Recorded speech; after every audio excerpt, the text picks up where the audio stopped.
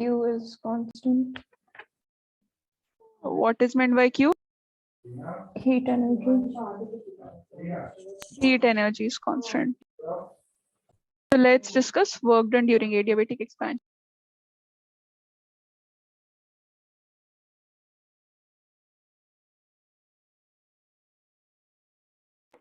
See, work done is given by what was the general formula of work done? Force into displacement. No, with respect to pressure and volume. Mm.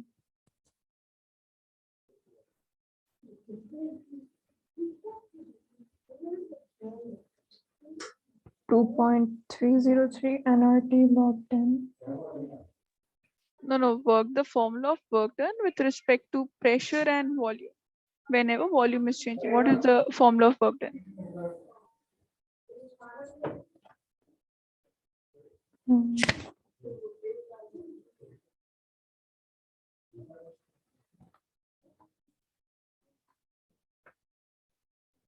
PdV, P delta V. Didn't we see it?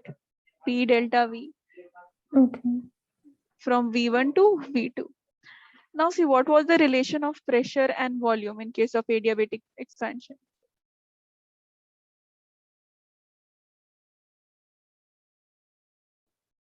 PV raised to gamma is constant. Yes, PV to the power gamma is constant, right? So let us write this constant as some K. PV to the power is K. Now see, what is the value of P from here? Pressure would be K divided by P to the power gamma. Now see, if I write the value of this whole term, this pressure's value over here. So see, what will I get? Work done will be equal to what? K divided by V to the power gamma, and then integration from V1 to V2 dV. Yes or no? Will I get this? Yes. All right. Now see, work done will be equal to K is constant. So K will come out. V to the power minus gamma will go up on the numerator side, multiplied by dV from V1 to V2. Yes. Now how do we integrate this to the power minus gamma? How will we integrate this?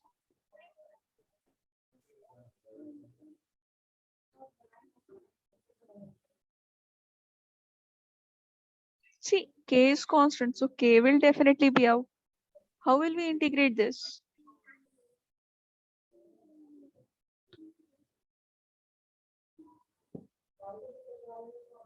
Minus gamma plus 1. Minus gamma plus 1, because whatever is in the power, we just add it using 1. So it would be V minus gamma plus 1, and all the thing that is in the power that comes in the denominator. So this is minus gamma plus 1. And this all will be integrated from V1 to V2. Now see, just we have to put all the values. So 1 minus gamma can come out. So work done will be equal to K divided by 1 minus gamma. Now power, taking out the power. First upper limit will be considered, then lower limit will be considered. So V2 will come first to the power whatever is there, 1 minus gamma. Similarly, minus V1 to the power 1 minus gamma. First we write the upper limit and then we write the lower limit. So this is the formula of work done. Now see, if I multiply K divided by 1 minus gamma to both these terms, so work done will be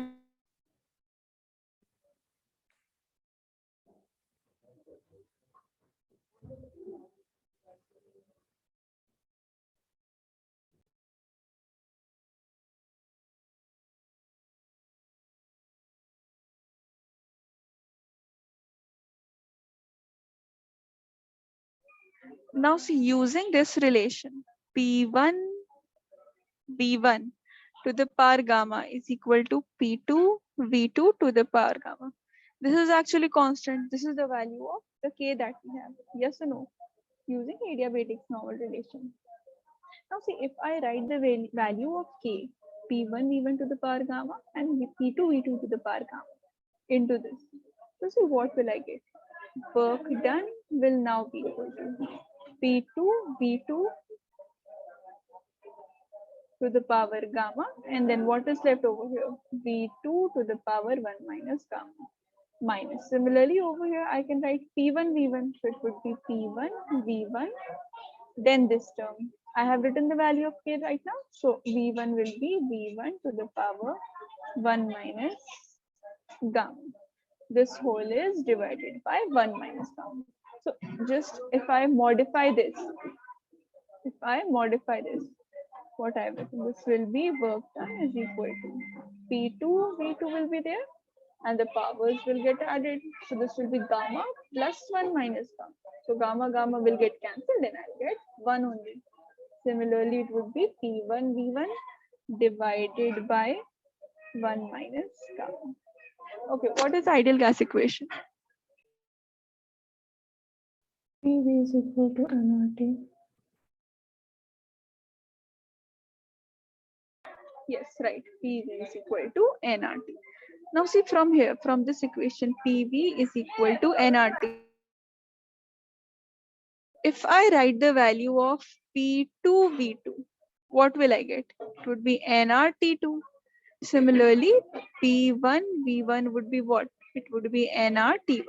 Now, if I write the values of P2V2 and P1V1 from here into this, so work done will be equal to nRT2 minus nRT1 divided by 1 minus gamma, and if I take nr common, work done will be equal to nr T2 minus T1 divided by 1 minus gamma. Just note down this. This is the final formula for work done during adiabatic expansion. What was the formula during isothermal expansion?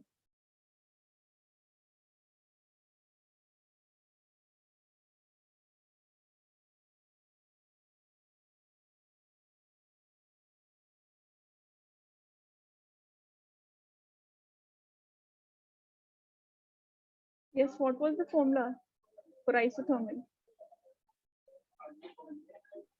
2.303 nRT log 10 P1 by P2. Yes. So you both, I'll be taking your Viva tomorrow. So be prepared, and the chapter is thermal properties, the chapter that we completed on Saturday, last Saturday. Okay. So come prepared, both of you, Aisha and Afifa, both of you. First, I'll ask you questions, then we'll move on. Is it clear? Yes, ma'am. Okay.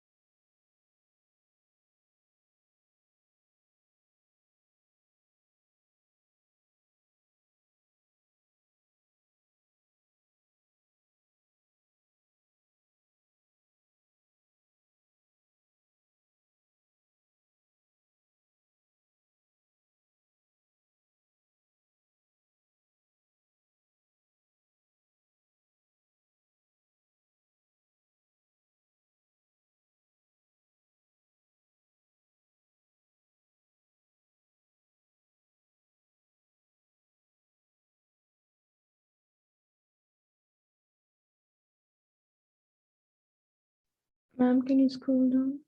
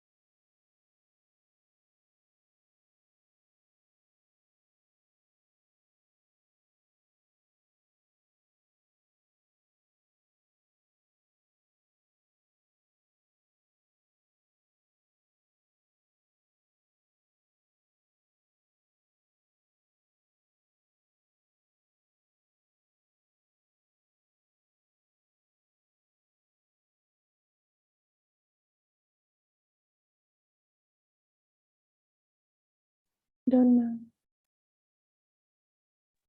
Done? Both of you? Okay, let's do a numerical on this now. See, 1 gram molecule of an ideal gas at STP is subjected to a reversible adiabatic expansion to double its volume. So volumes relation is given over here.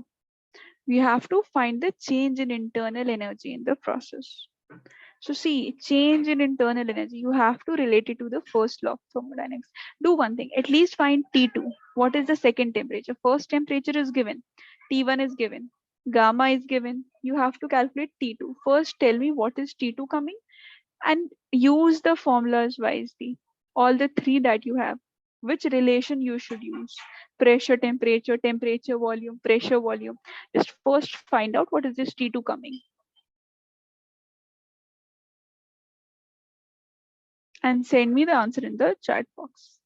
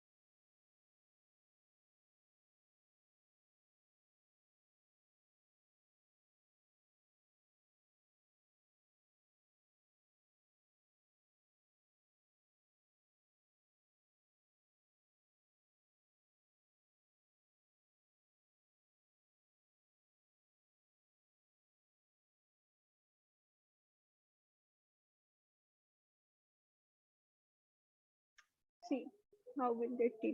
So which relation should we use? We have the volume with us and we have the temperatures. So which relation? T1 V1 into T2 V2. To the power gamma minus 1 also be there. See, yes, because it's a reversible adiabatic expansion. In adiabatic processes, we use this relation T1 V1 to the power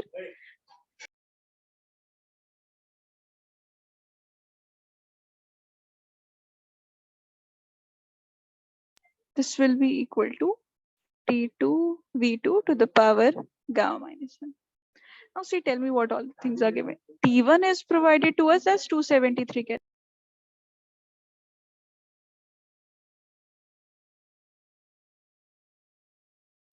See, we don't have any value of V1, we don't have any value of V2, but we have a relation. The new volume is double the original volume. So let us take the initial volume as V. So it would be V to the power gamma minus 1. So this would be 1.5 minus 1. So this is equal to T2. Now see V2. V2 is double the original volume. So it would be 2V. 2V to the power again 1.5 minus 1. Now see, this will be 273 to the power V multiplied by V to the power what? 0.5. And over this side, this would be T2. Now let us separate both of these terms. 2 to the power 0.5 and V to the power 0.5. So V to the power 0.5, V to the power 0.5 will get cancelled from both the sides. Now see what are we left with. We are left with T2 is equal to what? 273 divided by 2 to the power 0.5. This basically means what? 273 under root 2. This is 2 to the power half. So 2 to the power half is what? We can write it as under root 2. Now see, if we write the value of under root 2, this would be 1.414. This is approximately equal to 193 Kelvin. Did any one of you get the answer? I got 273 by root. You got it till here? Yes. 273. Fine. Now see what else. This is just T2. This is not our final answer. We have to calculate the change in internal energy. Now see, using first law of thermodynamics, what we can always find the value of internal energy, but we need energy. We need heat. So let's see what should be the value of work done. As we have found the value of T2, we have the value of T1 with us. T1 we have, T2 we have. What is the formula that we have just derived?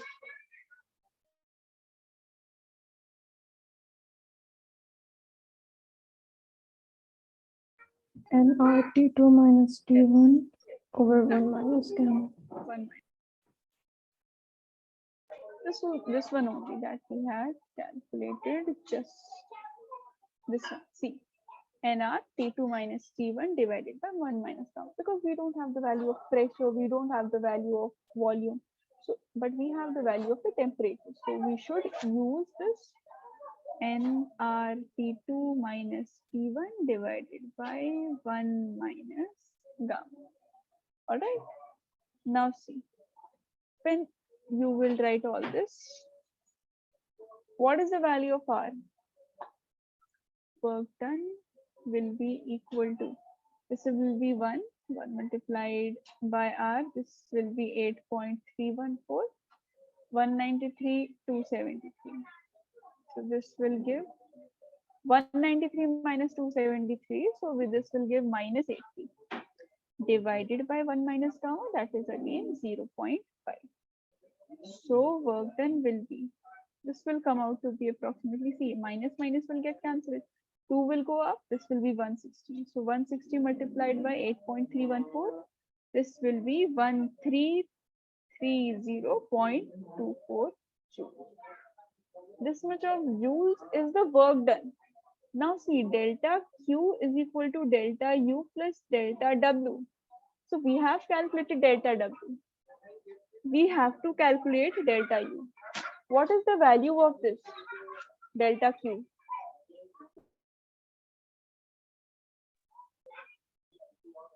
Yes, what should be the value of delta Q? Yes, speak up. Which process is this? 0. 0. It would be 0. Reversible adiabatic expansion is there. In adiabatic process, there is no heat exchange. When there will be no heat exchange, heat will remain constant. So what will happen? The change in heat will be 0. So this term is 0. Delta Q is 0. Why is it 0? This is 0 because it's adiabatic expansion. Do we have conducting walls or non-conducting walls in adiabatic process?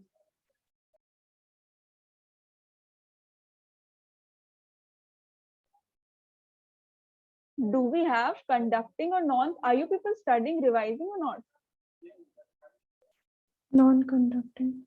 Non-conducting, definitely, because heat is not getting transferred. Heat is not able to exchange from one side to other side. Why? Because the wall is non-conducting, insulating wall, or you can simply say adiabatic wall. So if heat is exchange is 0, all the work done will be converted into internal energy of the system only. So there will be a negative sign. So delta U will be equal to what? Minus of 1330.24. Is the question clear? Is the answer clear? Yes, ma'am. Note it down and wherever you have to ask me, ask. I hope you have written down the question. This is the solution part? Yes, ma'am. All right.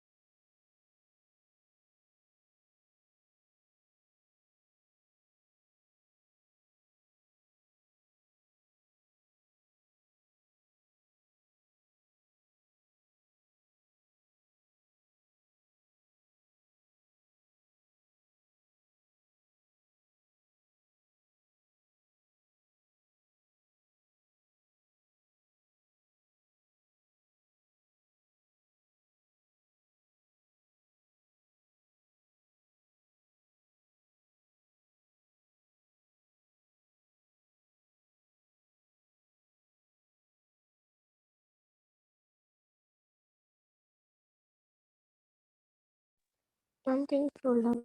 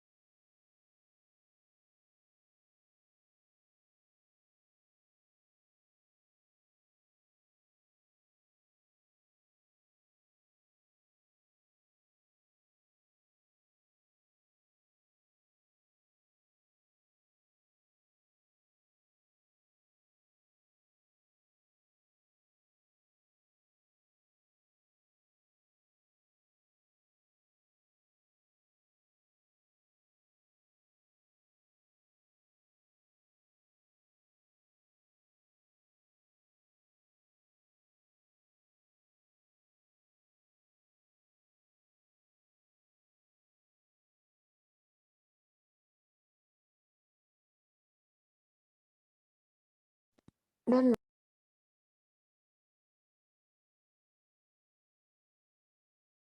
Okay, just one numerical is left from this chapter that will end us with this thermodynamics. So it's a long question, so do one thing. First, note down the question.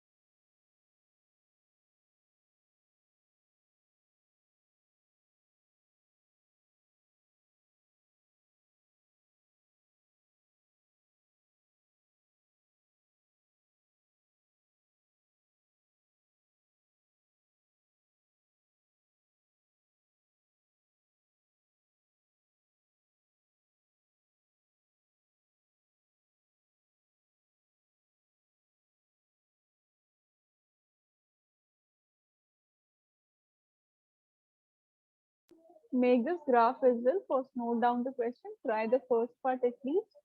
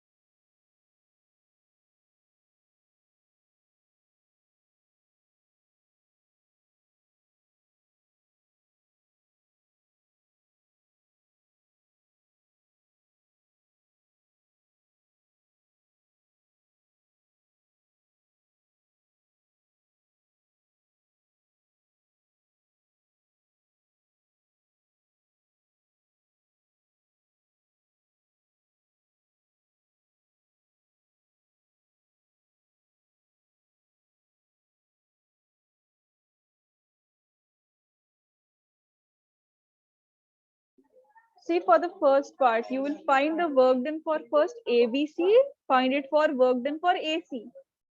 Then compare it. Which one is greater, which one is the lesser one. So it is asking the lesser one, which and find the path along which work done is less. So it's a PV graph, and we have seen how do we calculate work done using PV diagram. In the previous class only we have seen. So if you have pressure versus volume, you know how to calculate the work done. So find out work done for the process ABC, then find out work done for the process AC. Then compare both of them.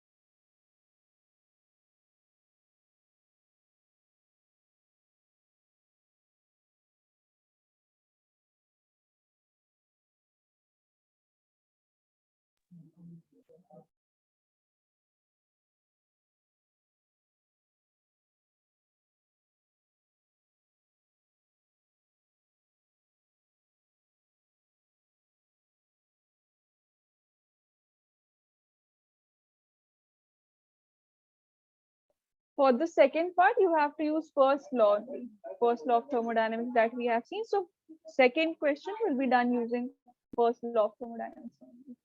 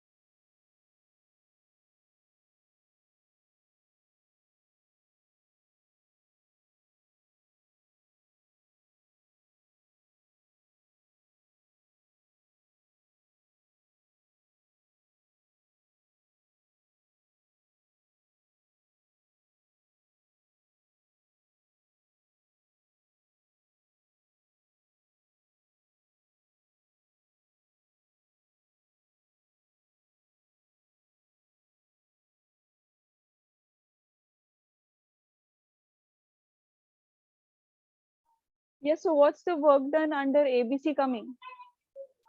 Nobody has calculated yet. 60 joules. 60 joules. And work done in AC? 40. 40 joules. So which is the lesser one?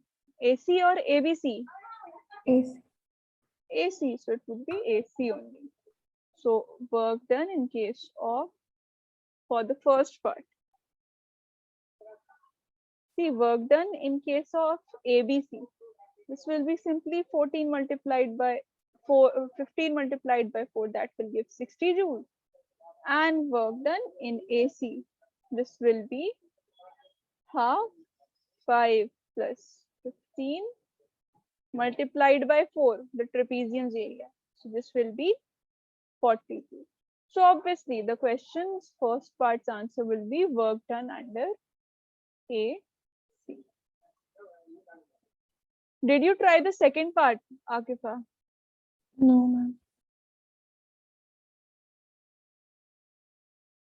Internal energy of gas at A is 10 joule, and amount of heat supplied to change its state to C through AC is 200. We have to calculate what is delta U at C.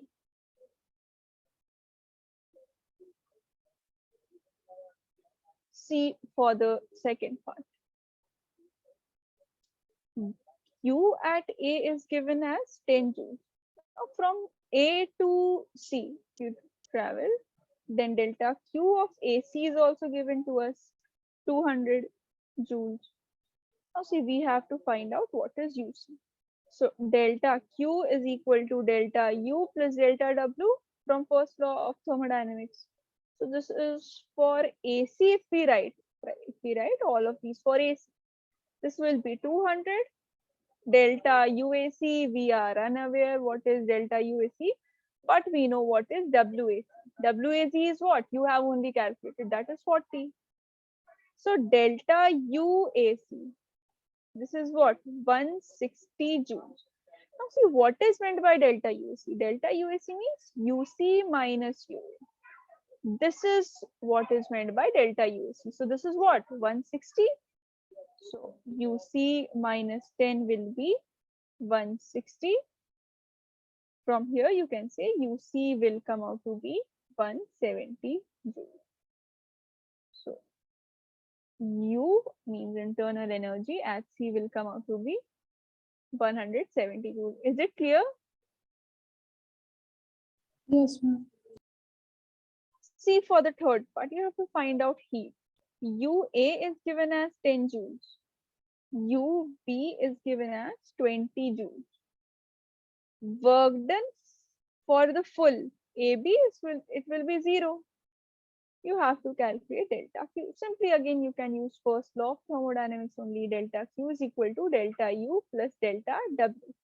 So this will be for AB, this will also be for AB, and this will also be for AB. So delta QAB, this is what you have to calculate, delta QAB. This is not 0, we have to find out this. Only this is 0. This will be 10. Work done by AB, 0. So delta Q will be 10. Just note down the solution for the second and the third part.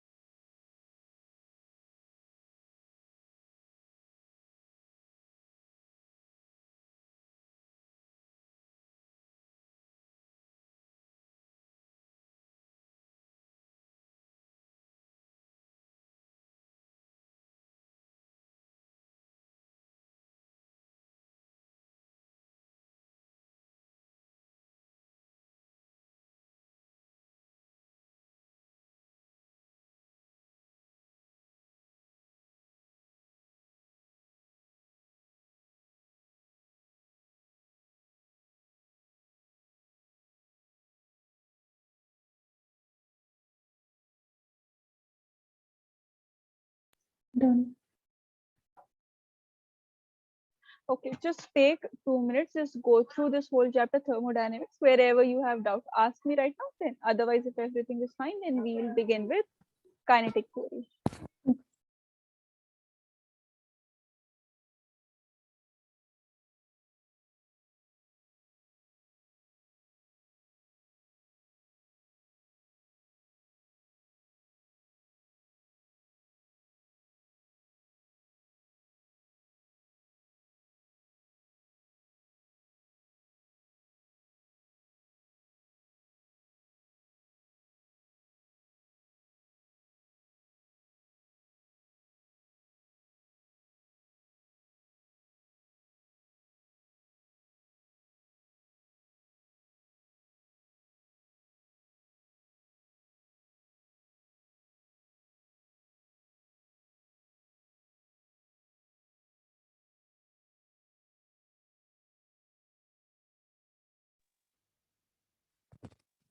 Ma'am, can you show the up part? Okay, sure.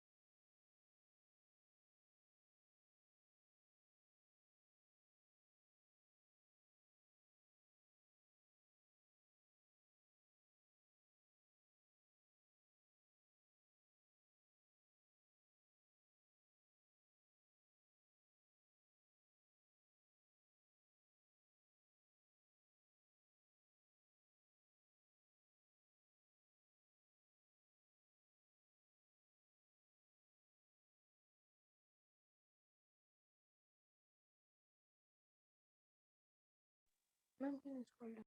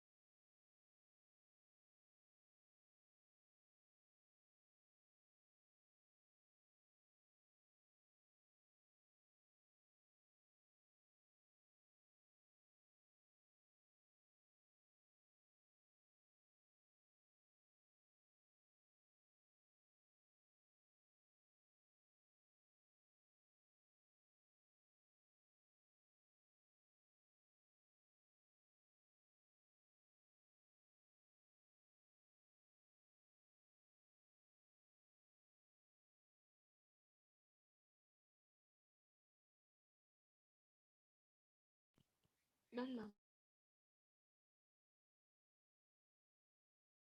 Done? Yes, ma'am. So let's start the next chapter, that is kinetic theory. Just revise thermal ones. I'll ask you a few questions, both of you.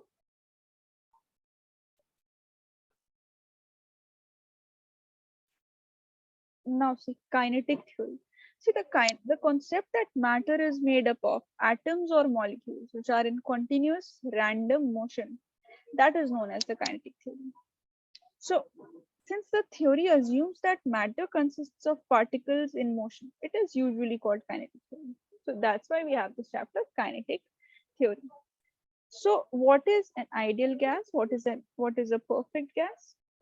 There are majorly two characteristics which we have to consider. One I have already told you previously in the previous chapters as well when we were discussing internal energy, that there are no intermolecular forces between molecules of an ideal gas. That's why we used to consider potential energy zero. Otherwise, internal energy was the sum of kinetic energy as well as potential energy. The next point that you have to remember is that molecules of an ideal gas, these are point masses. So in practices, gases do not obey the gas laws at all values of pressure and temperature. Why? Because in actual, there are intermolecular forces.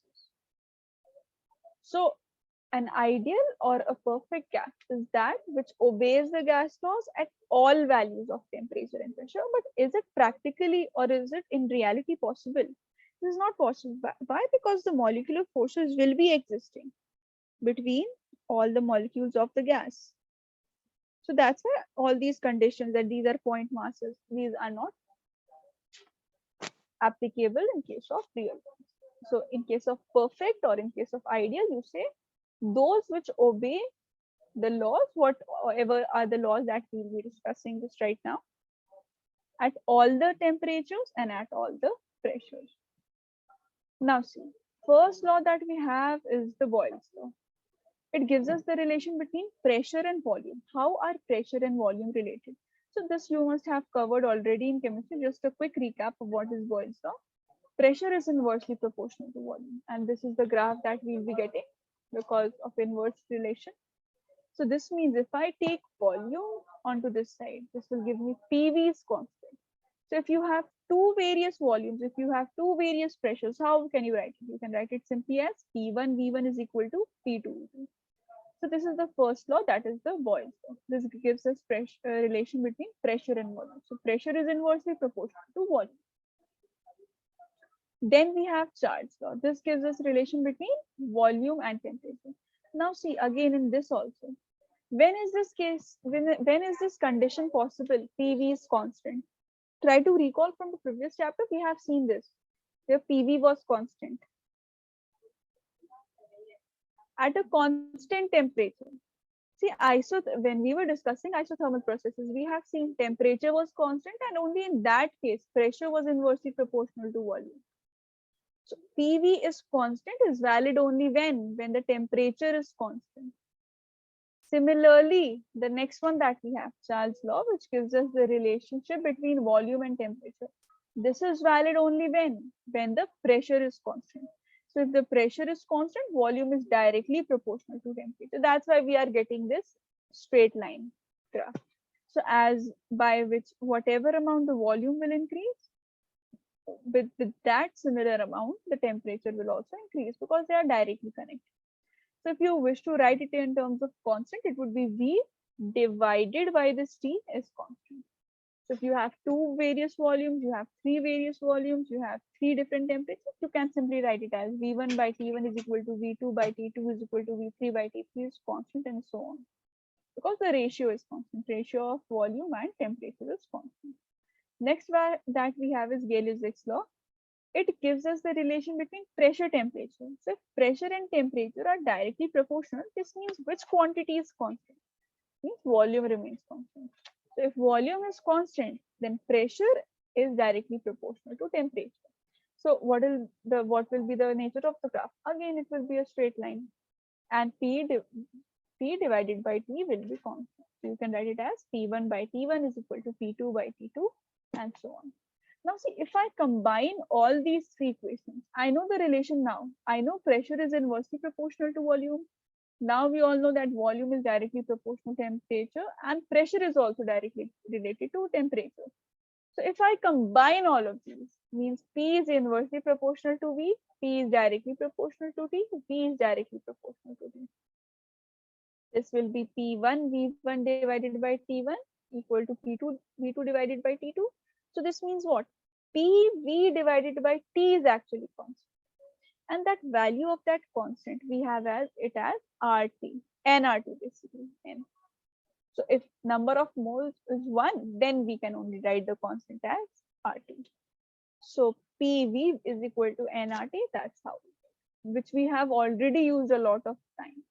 So this is the perfect gas equation, PV is equal to nRT. So P is the pressure, V is the volume, N is the number of moles, and R is the universal gas constant, and T is temperature. Let us see what is this R. What is the unit of this R? See, PV is equal to, this is PV is equal to nRT. So if I write the value of R, it would be PV divided by NT. So pressure is what? If you write all the terms together, ultimately the unit of R will be joules per moles per Kelvin. This will be 8.314 joules. So there are different value of R. You can write it as R as equal to 2. Sometimes 2 is used. Then when the unit is calorie per mole per Kelvin and so on. So there are various values of R, but in case of energy or work done, wherever joule comes into action, then the unit of R becomes joule per mole per Kelvin. So these are just basic laws that you have already seen in your chemistry classes as well. So just note down this.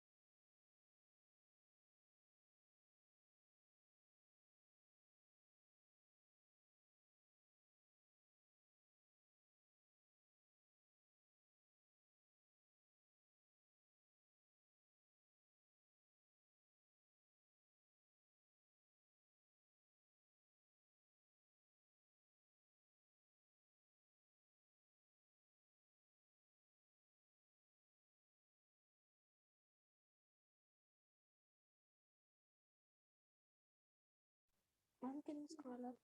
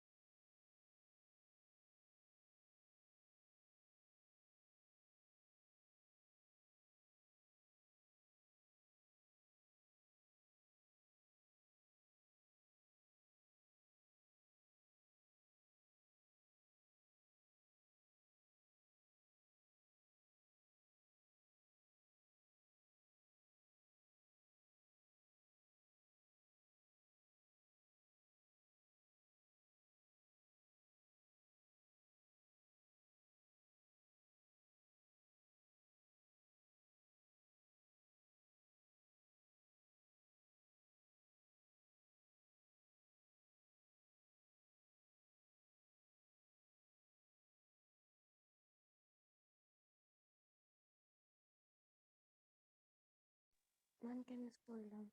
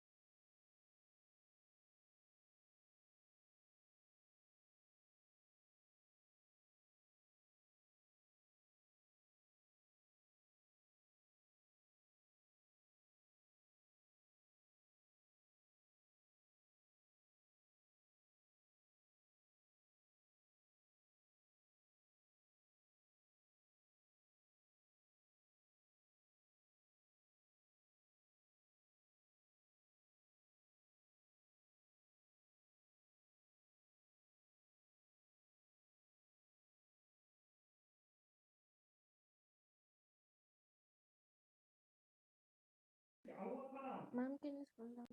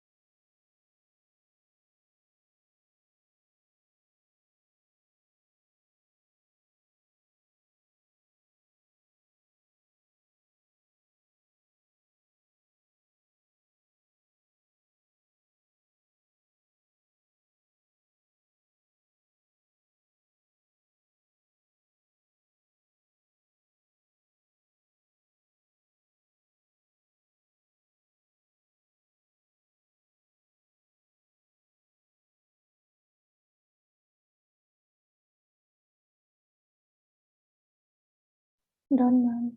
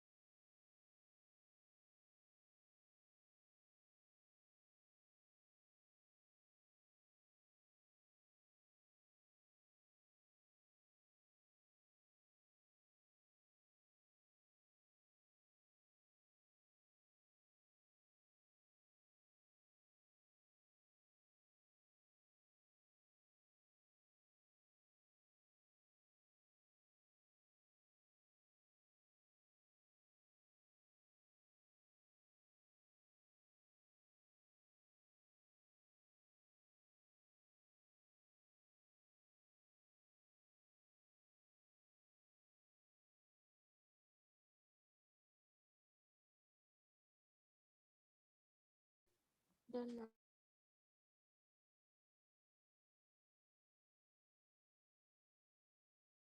Done? Yes, ma'am.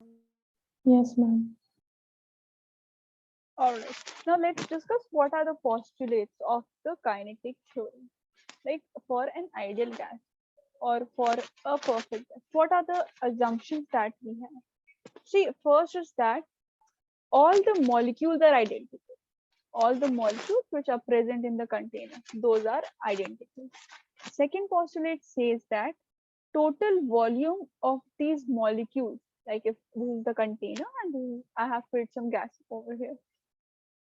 So whatever is the volume, this is negligible. Why? Because these molecules are very far from each other in comparison to their sizes. Their sizes are so small in comparison of this distance. Their size is so small that this distance between them, this becomes greater. So this is the second point.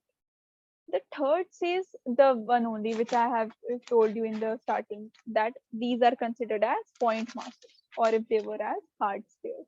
So that point mass is point. All the molecules, all the particles are treated as if they are point masses or point spheres. The next says that molecules make perfectly elastic collisions with each other, perfectly elastic collision, perfectly inelastic collision. All the various types of collisions you people are already aware of from your work energy in part chapter. Next one we have already discussed in case of internal energy that molecules exert no force on each other. Except during collision, obviously, during collision there will be interaction between the molecules. But it is considered that two molecules, if I say these two molecules, they do not exert intermolecular forces. Means the intermolecular forces is so small in comparison to their sizes that the force becomes negligible. So that's why, since there is no interaction, potential energy cannot come into action. So that's why potential energy is zero. That is the reason when I was writing internal energy, I had written kinetic energy plus potential energy. But then I had equated potential energy to zero. Only internal energy was the total average thermal kinetic energy that was present.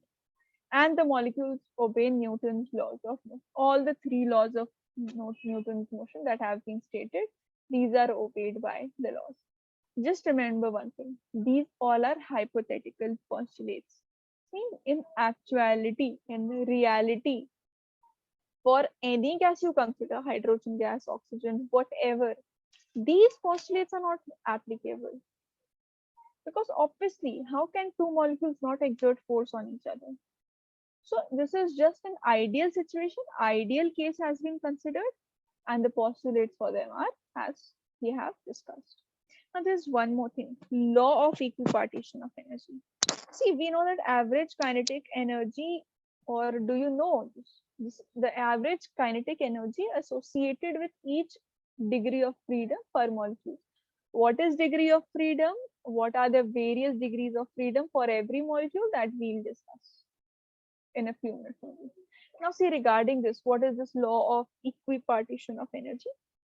This assumption that kinetic energy, this is equal to half kBT, where T is what? T is the temperature. So this assumption is called law of equipartition of energy. So it can be stated as the average kinetic energy of a molecule in each degree of freedom. Now see, degree of freedom is considered as the translational degree of freedom as well as the rotational degree of freedom. Means the permission of the molecule to move in direction. The molecule can translate, the molecule can rotate. So whatever is the kinetic energy associated with that movement means the translation of a particular molecule or the rotation of a particular molecule. That average kinetic energy is given by this half kBT. kBT is a constant that is known as the Boltzmann constant, whose value can be calculated using R divided by Na. R is universal gas constant, 8.314 joules. Na is Avogadro's number, 6.022 into 10 to the power 23. And when you will divide it, you will get 1.38 into 10 to the power minus 23 joules per Kelvin. And remember one thing, wherever something is related to R and you are not able to, in any numerical, let's assume, so you can use this relation as well. Wherever you get stuck, KB is equal to R divided by N. Where you think R's value is different, you can multiply Na with K. So you can use this relation, but you have to remember this as well.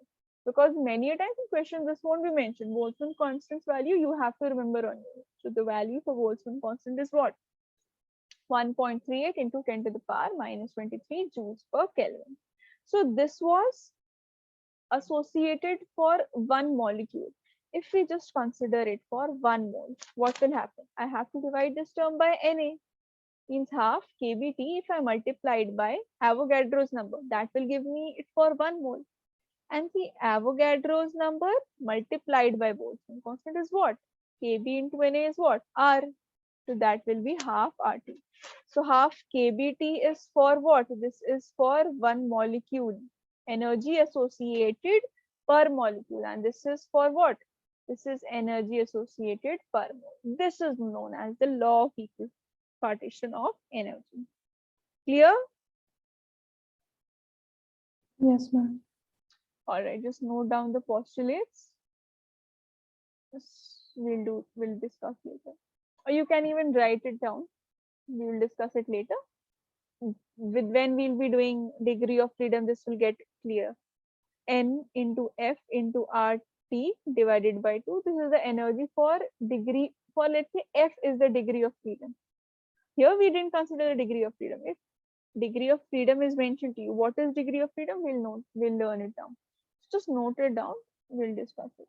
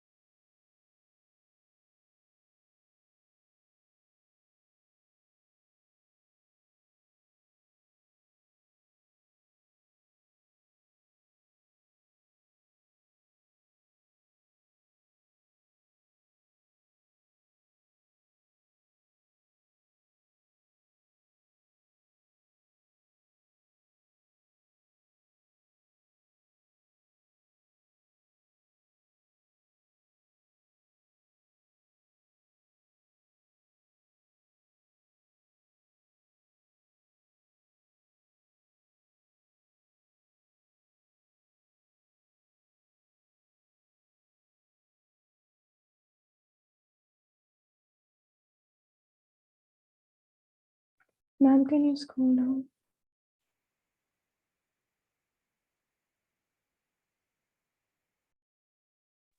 Ma'am, can you scroll up?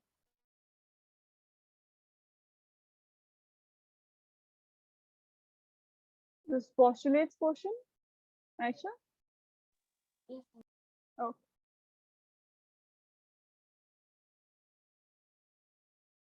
When is your physics exam, Aisha?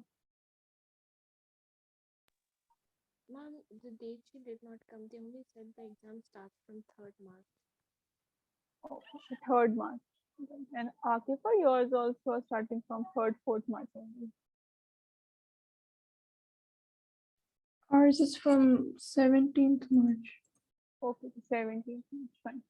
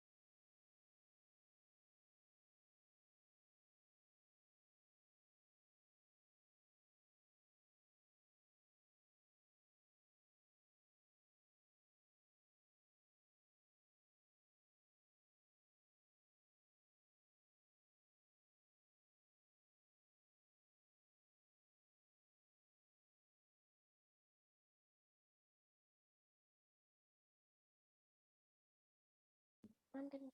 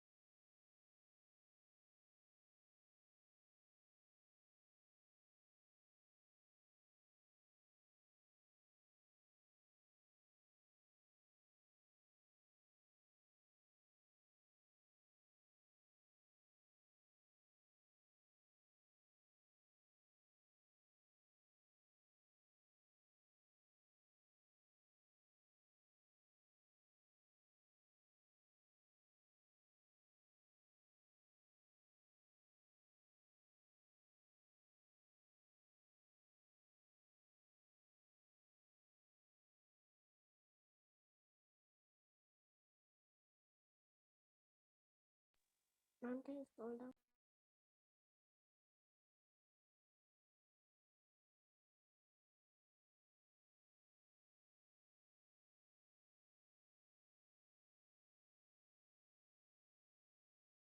Done? Yes, ma'am. All right. So you what have to remember in this is this formula. This is the important one. The kinetic energy is half kBT, where T is the temperature, kB is the Boltzmann constant, and again remember this value, the value of Boltzmann constant. So you will be using this energy many a times in NEET also. These options come with various 1/4 kBT, 1/3 kBT. You just have to select this. So this one was an important one. Now see, regarding degree of freedom, that what I was discussing. First, you have to understand what are the types of gases that are there. So see, internal energy of a gas depends on number of atoms in its molecule. If the gas consists of a single atom, then we say it's a monoatomic gas, like mercury. This what I have drawn, like this: mercury, sodium, helium, neon. If it consists of two atoms, if a molecule consists of two atoms, like this, which are bonded using different bonds that you have already studied, like this dumbbell shape. So this is H2, N2, Cl2, all these are examples. Polyatomic means if there are two or more than two atoms. Two atoms are considered under diatomic. For polyatomic molecules, you have all the atoms which are more than two. So 3, 4, 5, 6, and all the various atoms. So H2O, CO2, CH4, methane, and water molecules. So these are all polyatomic molecules.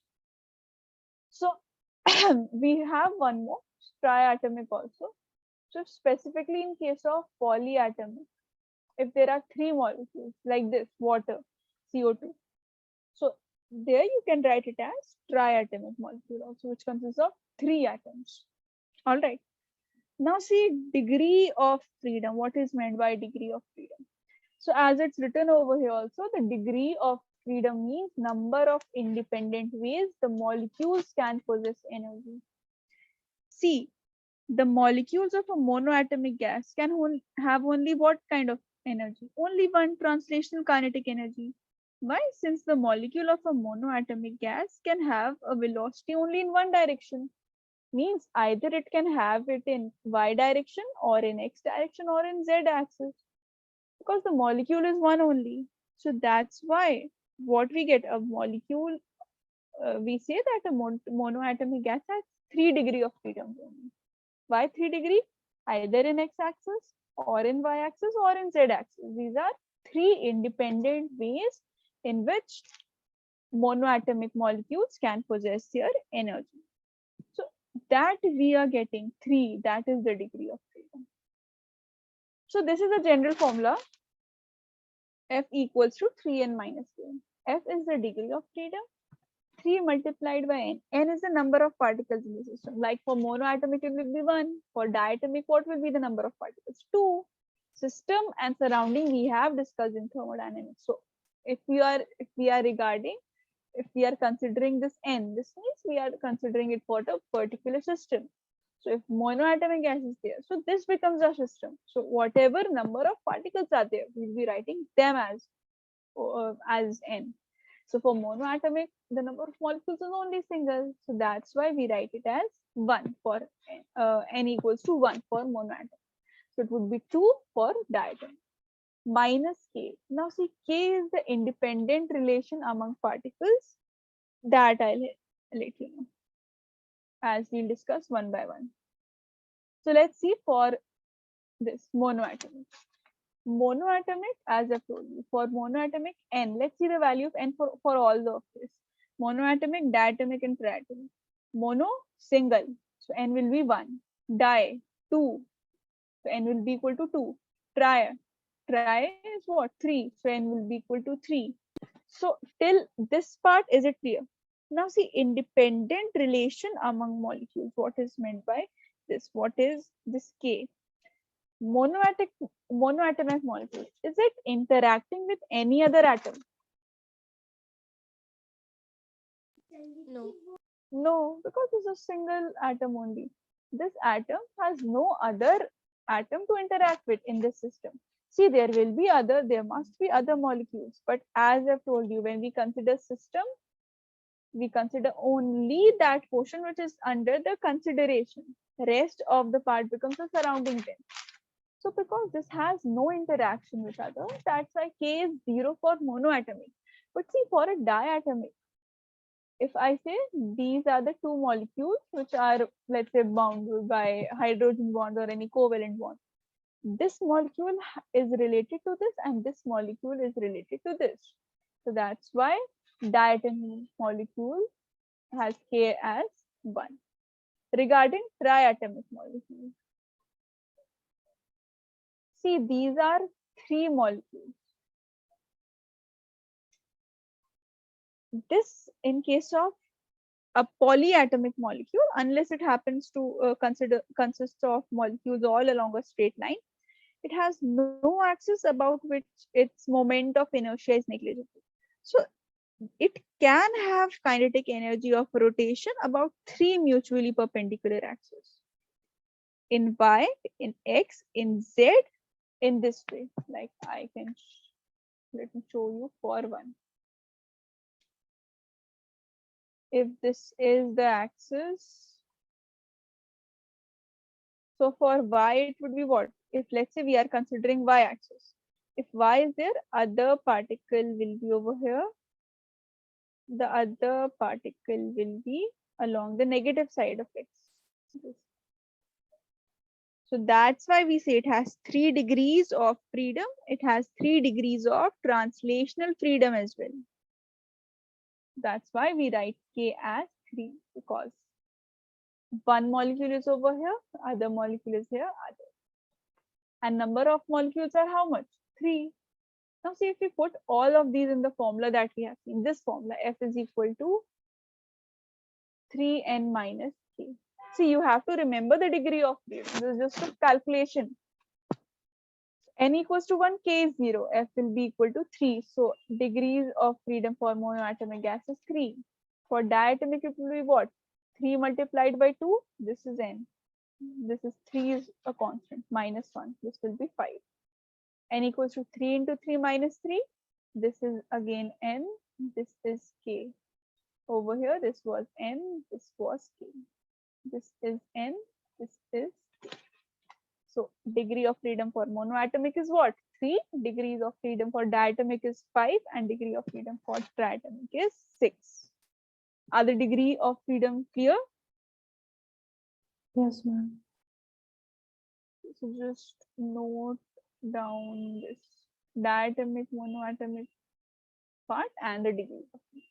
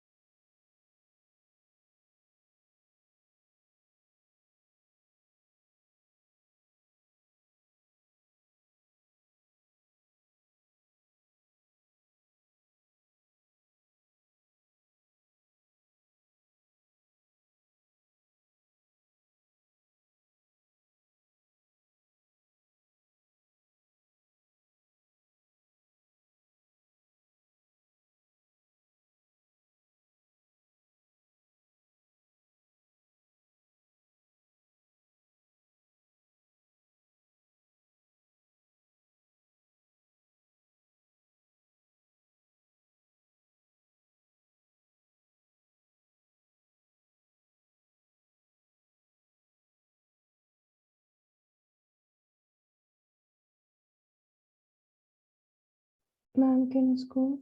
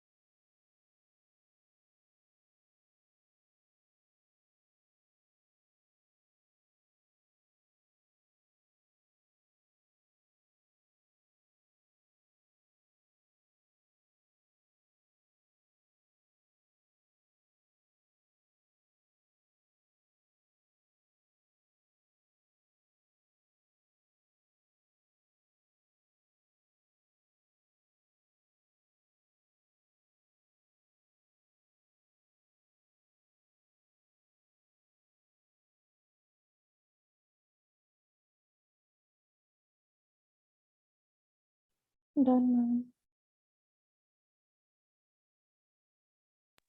Done, ma'am.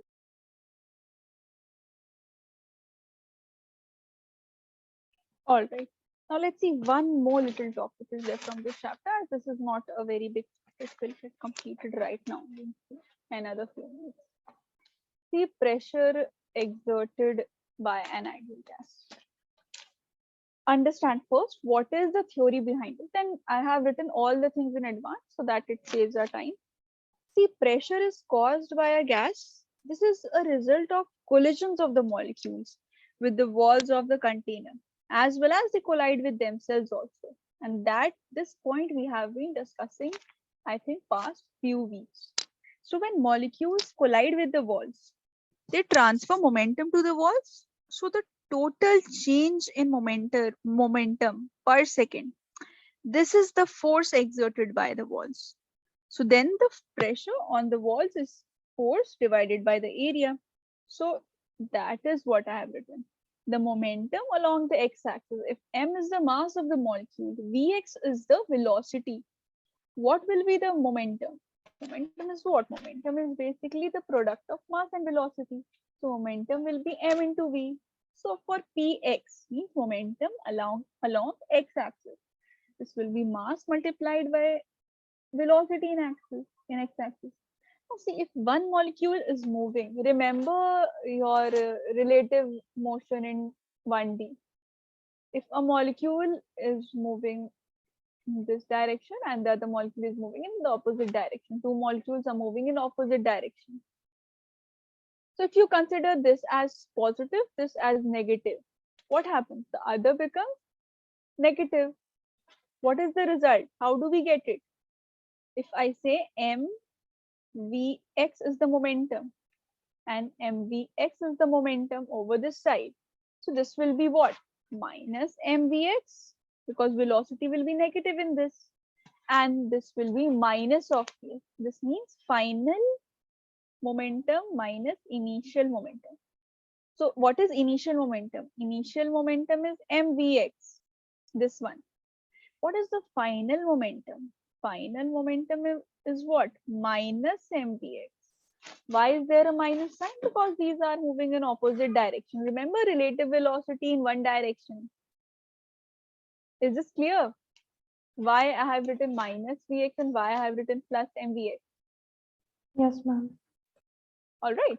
So see, so minus mvx and again minus mvx. This makes the change in momentum as minus 2 mvx. So as I've told you, this will be the pressure on the walls is force divided by the area of the walls of the container. So I can write it as, now another thing, force is what? F is equal to dp by dt. If you remember Newton's second law, this was this only. F is equal to P by T. So if I have to calculate force, force will be what?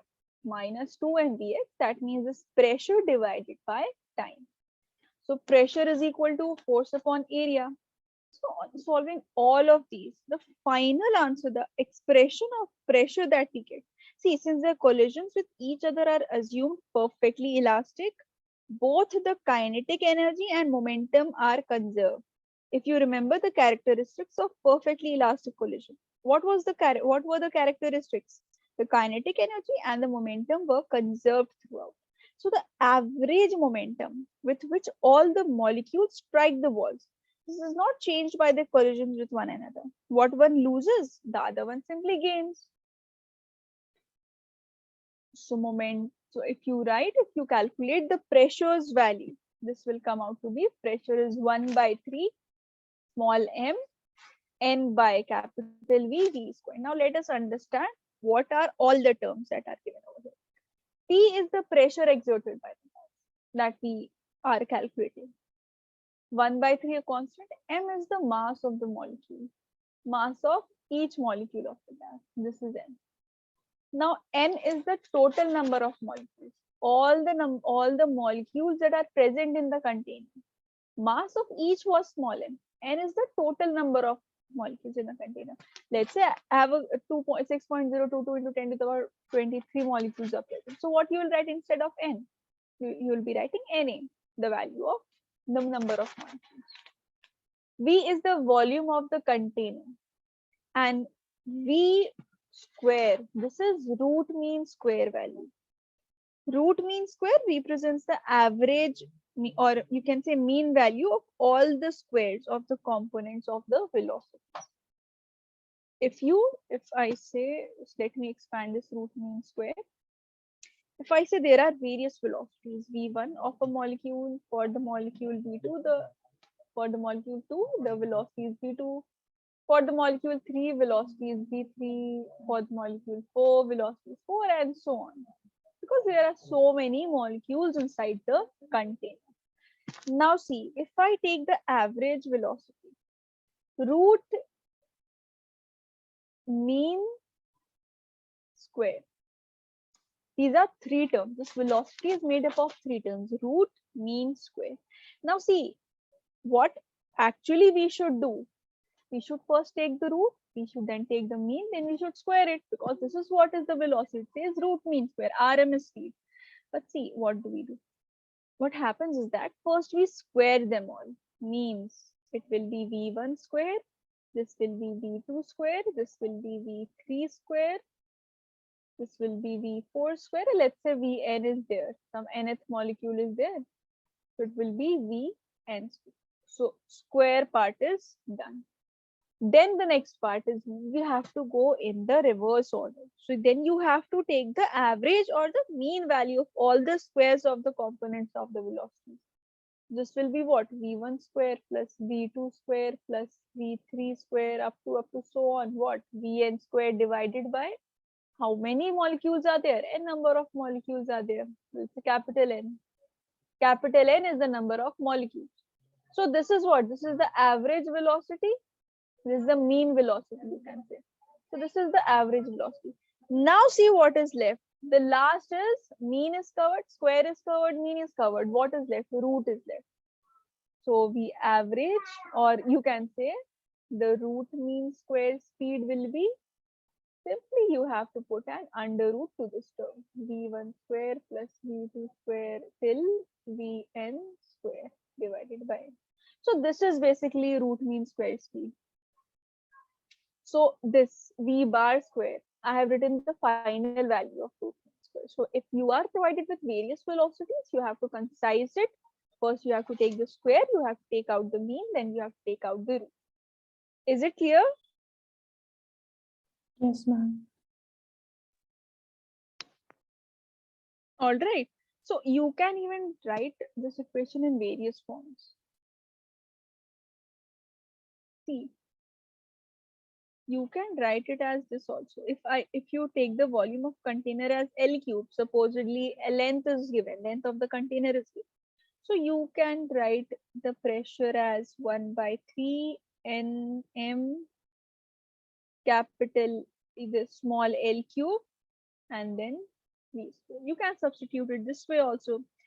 If it is, if we say volume like that was given previously, P is equal to, this was what given, no? 1 by 3 m n by v bar square.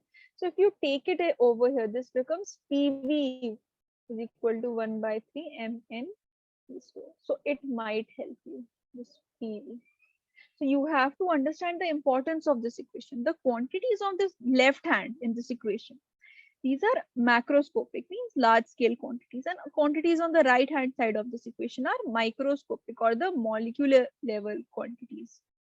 So we have derived an expression linking the microscopic properties of molecules like speed, mass, which are unobservable, with easily observable large scale properties, what, like pressure and volume. Pressure and volume are observable. So this is the importance, that we have derived an expression linking the microscopic properties of the molecules with the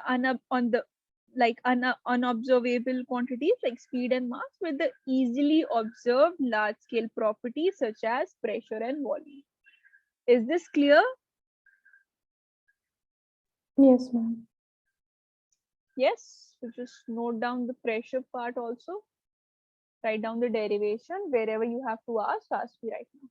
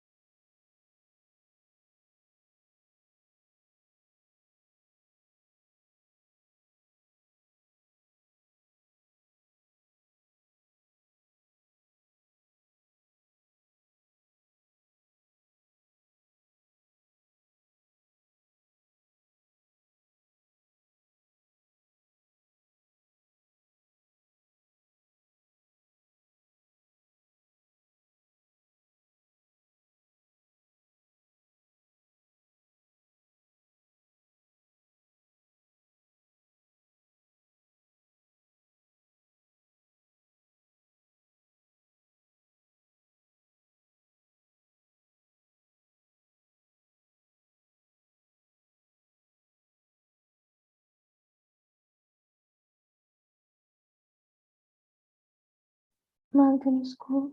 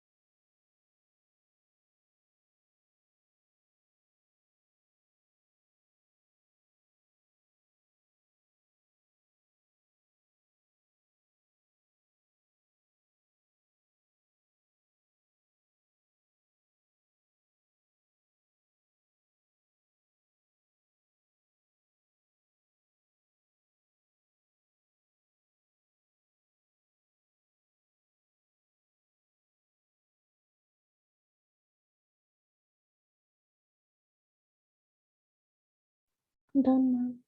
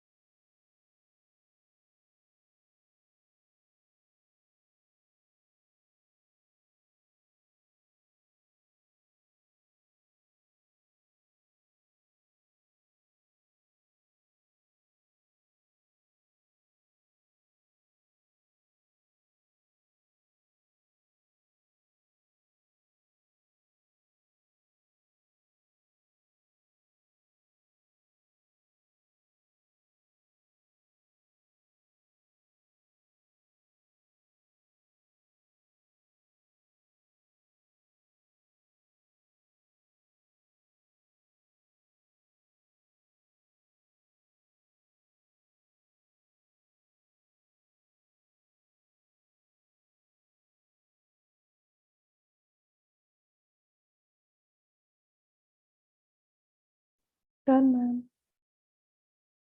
Both of you? Yes, ma'am. All right. So any doubts from any chapter? Thermal properties, fluids, solids, thermodynamics, kinetic theory. If you have any doubts, you can ask me. I'm stopping here today. We'll start the new chapter tomorrow. If you have any doubts, you can ask me. And revise thermal and come tomorrow. Okay, ma'am. All right. Thank you, ma'am. Thank you, ma'am. Okay, fine. So we'll continue tomorrow.